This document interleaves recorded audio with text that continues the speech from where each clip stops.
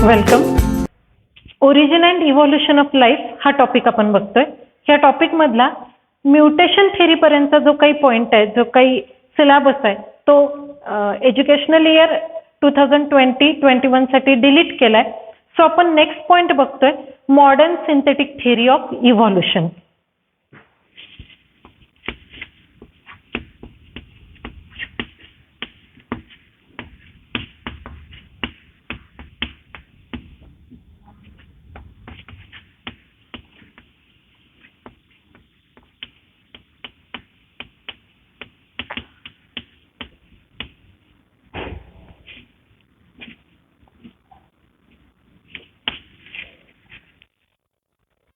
Actually life originate कसं झालं किंवा ते इव्हॉल्व्ह कसं झालं, म्हणजे हे जे काही वेगवेगळे ऑर्गॅनिझम्स आपल्याला आज अर्थवरती प्रेझेंट दिसत आहेत, व्हरायटीज ऑफ लिव्हिंग ऑर्गॅनिझम्स दिसतात, त्यांच्यामध्ये नक्की व्हेरिएशन कसं झालं हे एक्सप्लेन करण्यासाठी खूप वेगवेगळ्या थेरीज सायंटिस्टनी मांडल्या होत्या.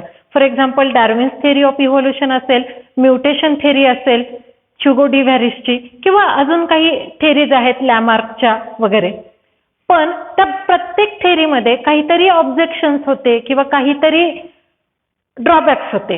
तर हे सगळे ड्रॉबॅक्स नाहीसे करून किंवा त्या सगळ्या थेरीज एकत्र करून आणि त्याच्यावरती अजून थोडंसं एक्सप्लेनेशन करून मॉडर्न सिंथेटिक थेरी ही थेरी पुट फोर्थ केली, थेरी मांडलेली आहे. ही थेरी एकत्र करण्यासाठी खूप वेगवेगळ्या सायंटिस्टचं कॉन्ट्रीब्युशन ह्या थेरीमध्ये मिळालेलं आहे. For example R Fisher, JBS Haldane, Sewall Wright, Mendel, त्यानंतर डॉब्झन स्काय किंवा मेयर, असे वेगवेगळे सायंटिस्ट, टी.एच. मॉर्गन हे सुद्धा सायंटिस्ट आहेत. अशा खूप वेगवेगळ्या सायंटिस्टनी ही थेरी प्रपोज करण्यासाठी त्यांचं खूप मोठं कॉन्ट्रीब्युशन दिलेलं आहे. आता या थेरीमध्ये मग नक्की काय मांडलंय, तर स्टेबिन्स नावाचे एक सायंटिस्ट आहेत.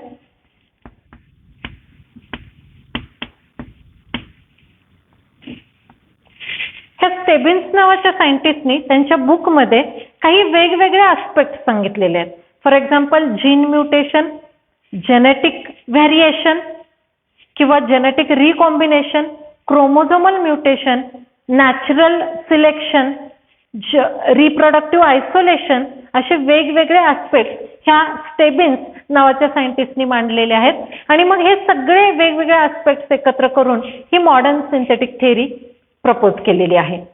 आता हे जे काही वेगवेगळ्या points, for example gene mutation, genetic variation, chromosomal mutation, natural selection, reproductive isolation, अशा वेगवेगळ्या ज्या काही ऍस्पेक्ट्स, जे वेगवेगळे पॉइंट्स मांडलेले आहेत, ते आपण आधी समजावून घेऊयात की ज्याच्यामुळं ऍक्च्युली न्यू स्पेसिस इव्हॉल्व्ह होते.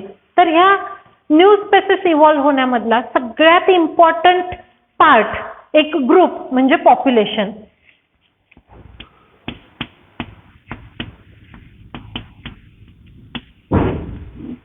What is meant by population? Group of individuals from a same species is called population. Definition important है. What is population? It is a group of individuals from a same species.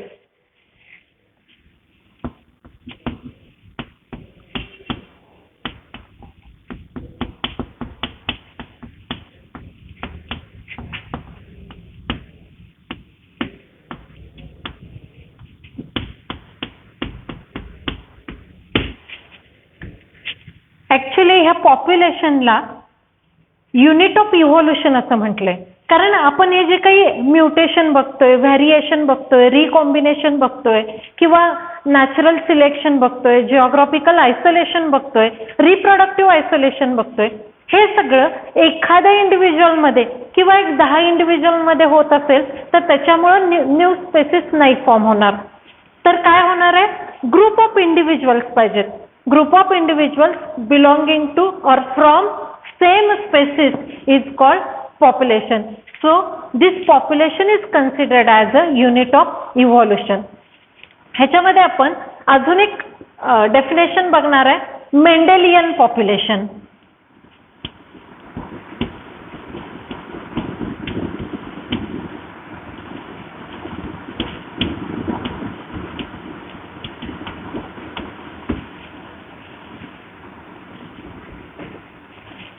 बघा, what is Mendelian population? A small group of interbreeding population is called Mendelian population. Leave at definition. Small group of interbreeding population.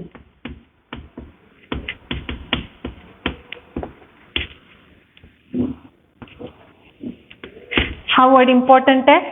Interbreeding population means what? असे पॉप्युलेशनचे group की ज्यांच्यामध्ये breeding होतंय, that is mating और reproduction होतंय, आणि हे reproduction झाल्यामुळे काय होईल? There is exchange of gametes, that is exchange of genetic material takes place. Okay, so Mendelian population ही टर्म सुद्धा ही मॉडर्न सिंथेटिक थिअरी समजून घेताना खूप इम्पॉर्टंट आहे.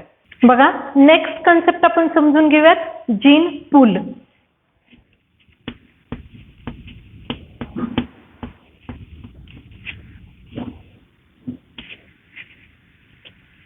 What is gene pool?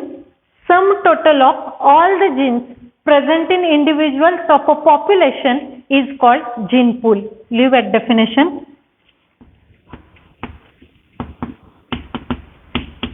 Sum total of all the genes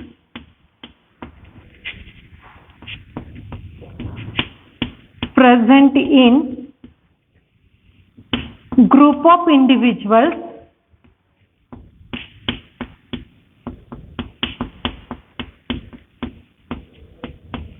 of a population.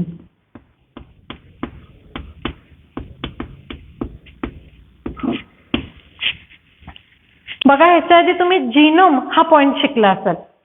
आपण genome कशाला म्हणतो? Sum total of genes present in haploid set of chromosomes of a individual is called genome. इथं आपण gene पूल सांगतोय आणि इथं आपण individual पेक्षा पॉप्युलेशन वरती फोकस करतोय. Sum total of all the genes present in group of individuals of a population is called gene pool. एक एक्झाम्पल सांगते तुम्हाला.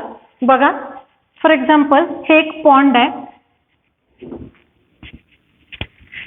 आणि ह्या पॉन्ड मध्ये 100 इंडिव्हिज्युअल्स आहेत. बघा,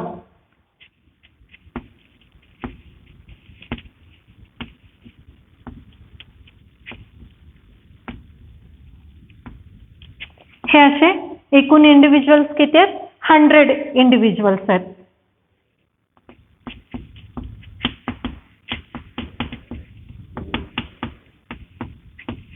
आता ह्या पॉन्ड मध्ये 100 इंडिव्हिज्युअल्स आहेत.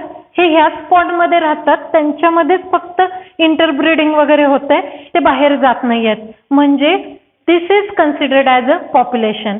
आता ह्यामधल्या एका इंडिव्हिज्युअल मध्ये किंवा प्रत्येक इंडिव्हिज्युअल मध्ये 100 जीन्स आहेत. Each individual, each organism carries 100 genes. Then what will be the gene pool of this pond? बघा किती असेल हा जीन पूल. ह्या 100 ना 100 ला मल्टिप्लाय केलं तर लक्षात येईल आपल्याला 10,000. येतं लक्षात? म्हणजे जीन पूल किती असेल? 10,000. म्हणून मी परत एकदा रिपीट करते, ज्यावेळी आपण जीन पूल समजून घेतो त्यावेळी आपण काय सांगतोय? Sum total of all the genes present in group of individuals of a population is called gene pool. आणि हा जीन पूल हा सुद्धा खूप इम्पॉर्टंट आहे, कारण जर इथं काही ऑर्गॅनिझमचं मायग्रेशन झालं, समजा ह्या 100 इंडिव्हिज्युअल्स मधले 50 ऑर्गॅनिझम्स बाहेर गेले, तर ऑफकोर्स तिथं काय होणार आहे? जीन पूल मध्ये चेंज होणार आहे. मग आता हे जे चेंज होतो ह्याला काय म्हणायचं? तर त्यासाठी आपण जीन फ्रिक्वेन्सी ही एक कन्सेप्ट बघूयात. नेक्स्ट कन्सेप्ट आपण बघूयात, gene frequency.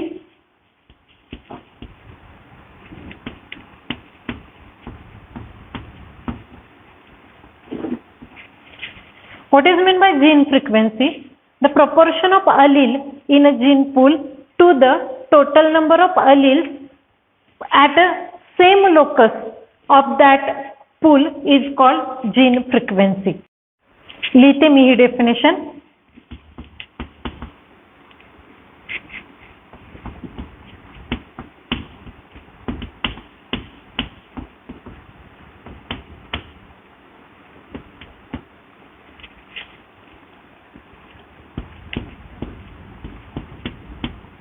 proportion of allele in a gene pool to the total number of alleles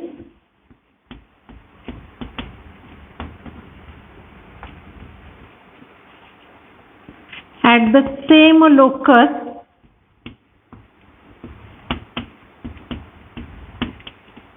is called gene frequency. बघा, proportion of allele, then what is meant by allele? Pair of genes present on same location of homologous chromosome is called allele. तर त्या alleleचं proportion बघतोय आपण त्या gene pool मध्ये compared to total number of alleles present at the same locus is called gene frequency. आता ही जी modern synthetic theory आहे ती describe करण्यासाठी 3 क्रायटेरिया किंवा 3 मेन पॉइंट मध्ये ही थेरी डिस्क्राइब केली आहे. कोणते आहेत बघा ते पॉइंट्स? जेनेटिक व्हेरिएशन, त्यानंतर नॅचरल सिलेक्शन आणि रिप्रोडक्टिव्ह आयसोलेशन. फर्स्ट पॉइंट ह्यातला बघूयात आपण, genetic variation.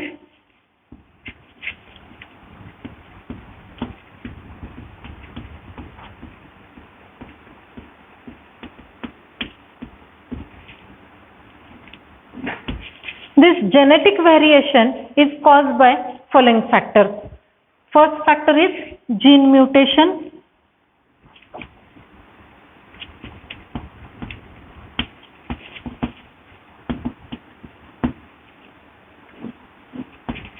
What is meant by gene mutation? Change in chemical makeup of gene is called gene mutation. आता हे जर म्युटेशन सिंगल जीन मध्ये होत असेल तर त्याला पॉइंट म्युटेशन असं सुद्धा म्हणतात.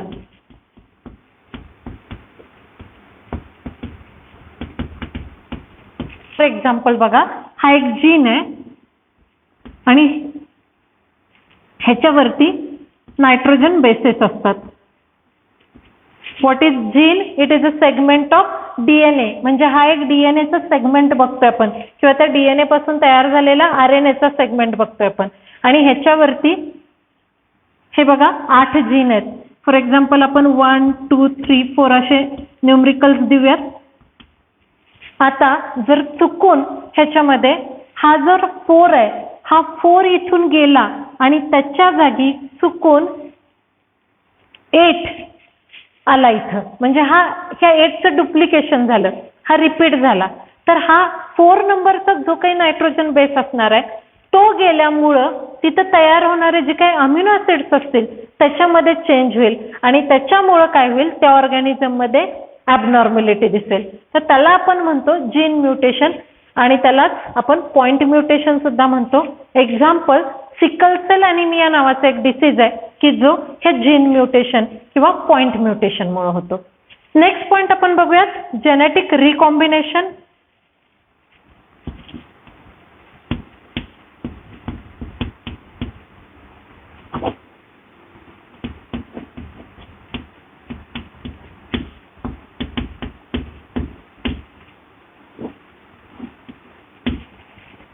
तर what is mean bye genetic recombination? तर आपण बघतो की जनरली हायर ऑर्गॅनिझम जे आहेत, हायर प्लांट्स असतील किंवा हायर ॲनिमल्स असतील, त्यांच्यामध्ये आपल्याला सेक्शुअल रिप्रोडक्शन दिसतं.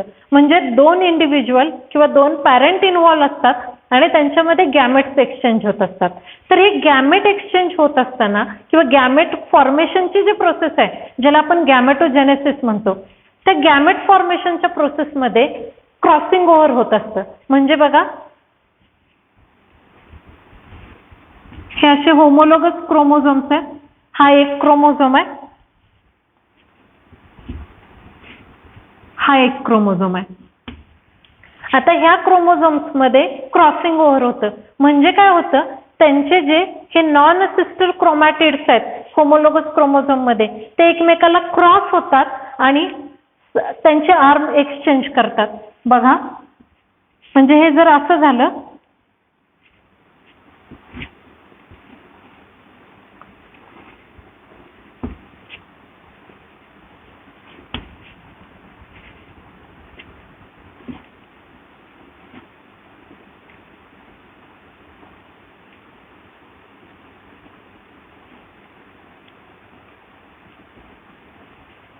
बघा, लक्षात येते का, इथं क्रॉसिंग ओव्हर झालंय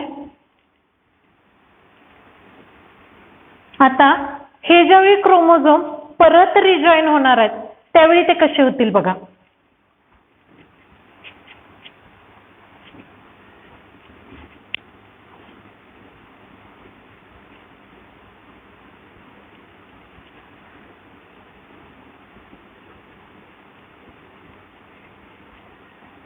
इथं आपल्याला बँड दिसतील त्या क्रोमोझोम मध्ये एक्सचेंज झालेले.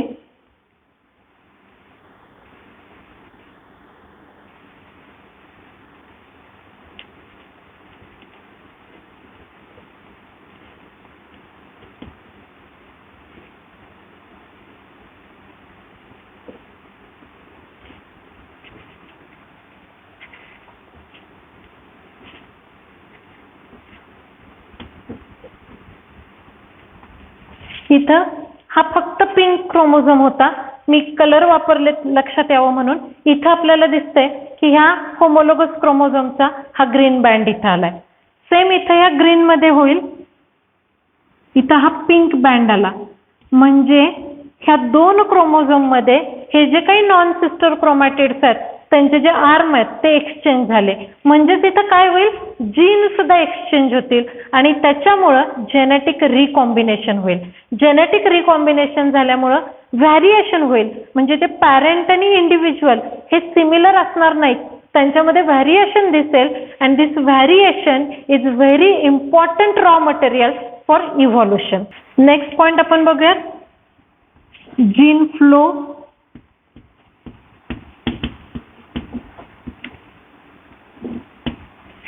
बघा, जेनेटिक व्हॅरिएशन मध्ये जीन म्युटेशन आणि जेनेटिक रिकॉम्बिनेशन हे दोन पॉइंट बघितले आपण. नेक्स्ट पॉइंट बघतोय gene flow. What is mean by gene flow? Movement of gene inward or outward in the population is called gene flow. म्हणजे काय तर एक जे पॉप्युलेशन आहे त्याच्यामधले जीन्स त्या पॉप्युलेशन मधून बाहेर जातील दुसऱ्या पॉप्युलेशन मध्ये, किंवा दुसऱ्या पॉप्युलेशन मधले जीन इनवर्डली मुवमेंट होतील, येतील.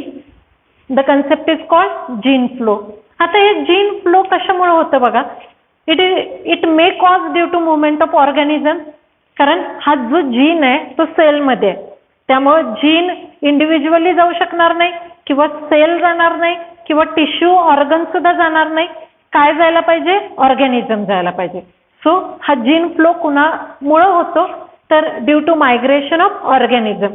म्हणजे बघा, आपल्या इथली एखादी शीप आहे, मेंढी, ती इथून हिमालयामध्ये गेली आणि तिथं जाऊन ती राहायला लागली, तर तिच्याबरोबर आपल्यामधले जे जीन्स आहेत आपल्या रिजन मधले, ह्युमन मधले नाही म्हणत मी, आपल्या रिजन मधले जे जीन्स आहेत ते तिकडं फ्लो होतील, मायग्रेट होतील. That is gene flow. किंवा राजस्थान मधला एखादा प्लांट आपण आपल्या रिजन मध्ये आणून लावलं तर तिकडचे त्या पॉप्युलेशन मधले जे काही जीन्स आहेत ते आपल्याकडे येतील. It is called gene flow. मग हे कशामुळे होतं? It may cause due to movement of organism or due to movement of gametes. For example dispersal of pollen grains. तुम्हाला माहिती आहे की जे पोलन ग्रेन्स तयार होतात हे विंड, वॉटर और इन्सेक्ट और बर्ड्सच्या थ्रू काय होतात, कॅरी केले जातात. सो असे जर हे पोलन ग्रेन्स गेले तर त्याच्यामुळे सुद्धा जीन फ्लो होऊ शकतो. बघा, नेक्स्ट पॉइंट बघूयात आपण, genetic drift.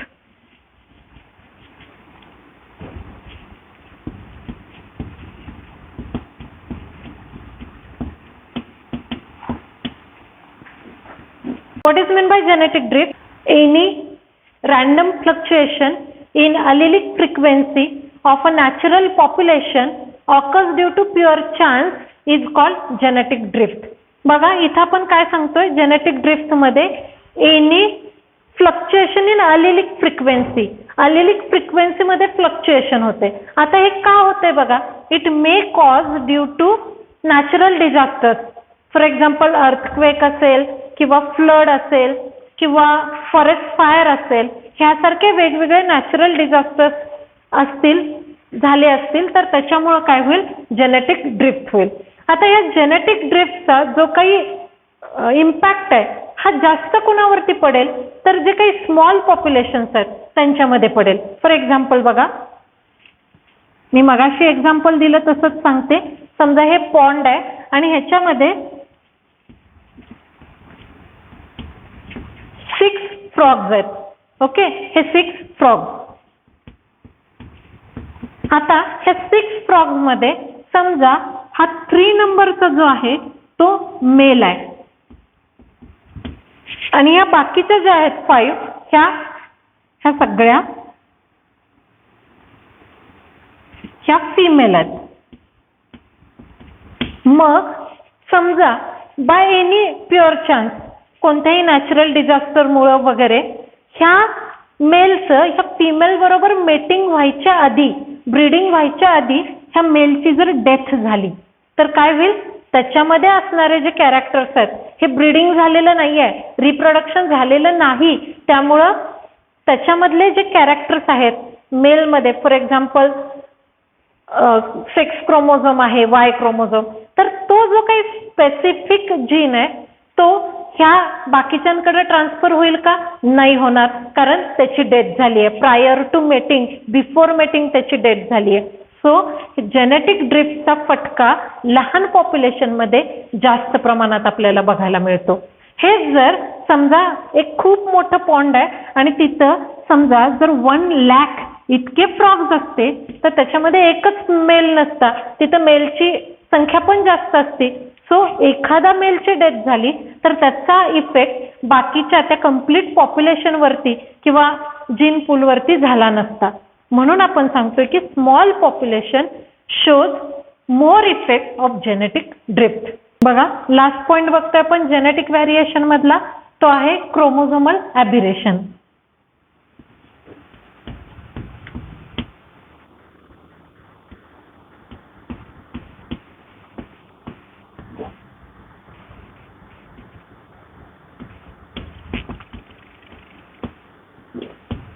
What is chromosomal aberration?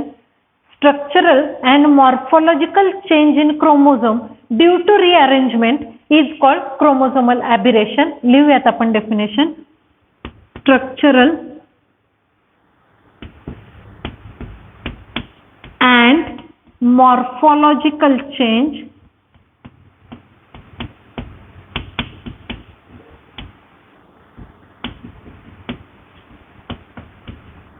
in chromosome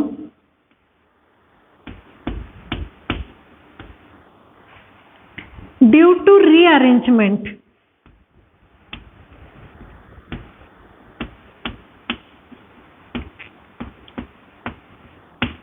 is called chromosomal aberration.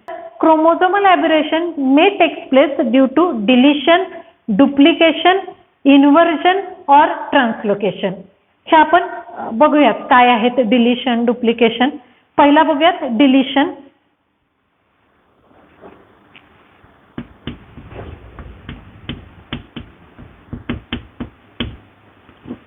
इथं काय होते बघा डिलिशन मध्ये, समजा हा क्रोमोझोम आहे, ह्याच्यावरती जीन आहे,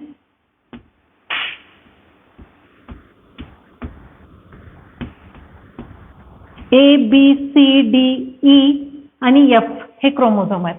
आता what is mean by deletion, तर हा एवढा पार्ट जो आहे हा क्रोमोझोमचा डिलीट होऊन जातो. आता हा जर डिलीट झाला तर काय होईल बघा, डिलिशन मुळे ए डी ई आणि एफ हे जीन राहतील. म्हणजे हा एवढा सेगमेंट जो बी आणि सी जीनचा सेगमेंट आहे हा डिलीट झाला. ह्याच्यामुळं त्या ऑर्गॅनिझम मध्ये ह्या जीनमुळे जे काही कॅरेक्टर्स तयार होणार होते ते होणार नाहीत. दिस इज डिलिशन. नेक्स्ट डुप्लिकेशन बघूयात.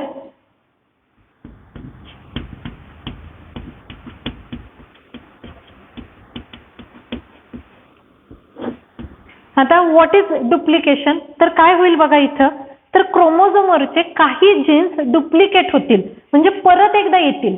बघा एक्झाम्पल बघूयात आपण.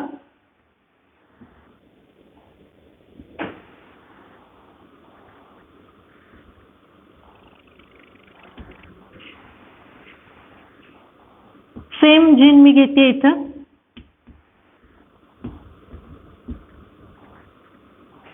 आता समजा इथं परत आपण हेच जीन बघूया. बी आणि सी हे 2 जीन डुप्लिकेट झाले. तर कसा क्रोमोझोम दिसेल बघा. ए, बी, सी, परत बी आणि सी येतील इथं, डी, ई, एफ. म्हणजे इथं बघा काय झालं, हे बी सी रिपीट आले. येतं लक्षात. दिस इज डुप्लिकेशन. बघा नेक्स्ट पॉइंट बघूयात आपण, इन्व्हर्जन.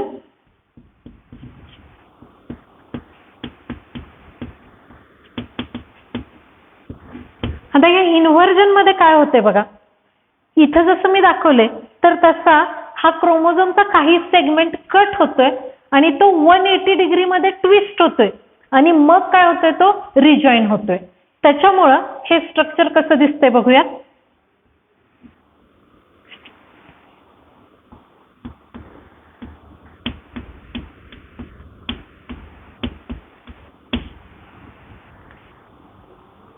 समजा हा एवढा पॉइंट आहे, बी सी डी हे जीन असलेला पॉइंट इथं कट होतोय आणि तो ट्विस्ट होऊन अटॅच होणार आहे. कसा होतोय बघूयात.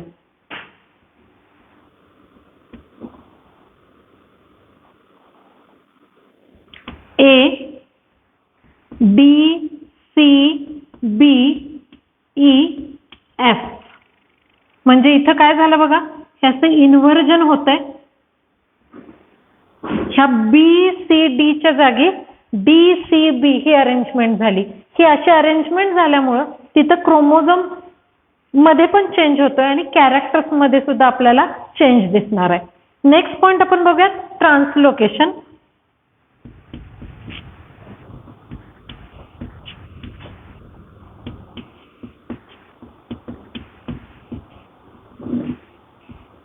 इथे ट्रान्सलोकेशन मध्ये काय होतंय, तर काही जीन्स हे एका क्रोमोझोम वरून दुसऱ्या क्रोमोझोम वरती, म्हणजे होमोलोगस क्रोमोझोमचे जे काही नॉन सिस्टर क्रोमॅटिड्स आहेत त्यांच्यामध्ये काय होतात, मूव्ह होतात, ट्रान्सलोकेट होतात. कसे होतात बघूयात.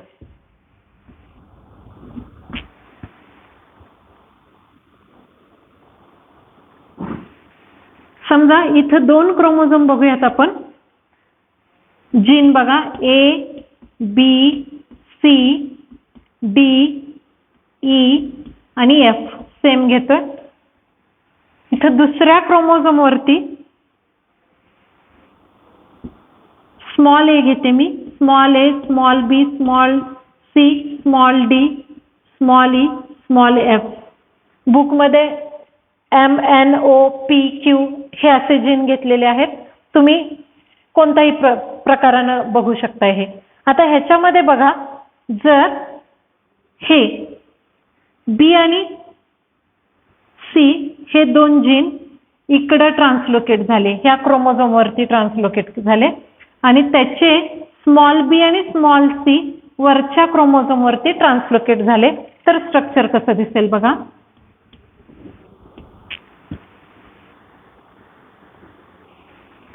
Capital A, small B, small C, capital D, capital E, capital F. म्हणजे हे जे स्मॉल बी, स्मॉल सी आहेत दुसऱ्या क्रोमोझोमवरचे, ते ह्या क्रोमोझोमवरती आले, वरती आले. त्यामुळे आपल्याला हा चेंज दिसेल. This is called translocation. Same हे कॅपिटल बी, कॅपिटल सी खाली जातील बघा.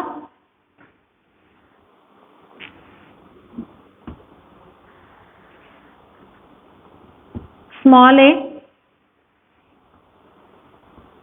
Capital B, capital C,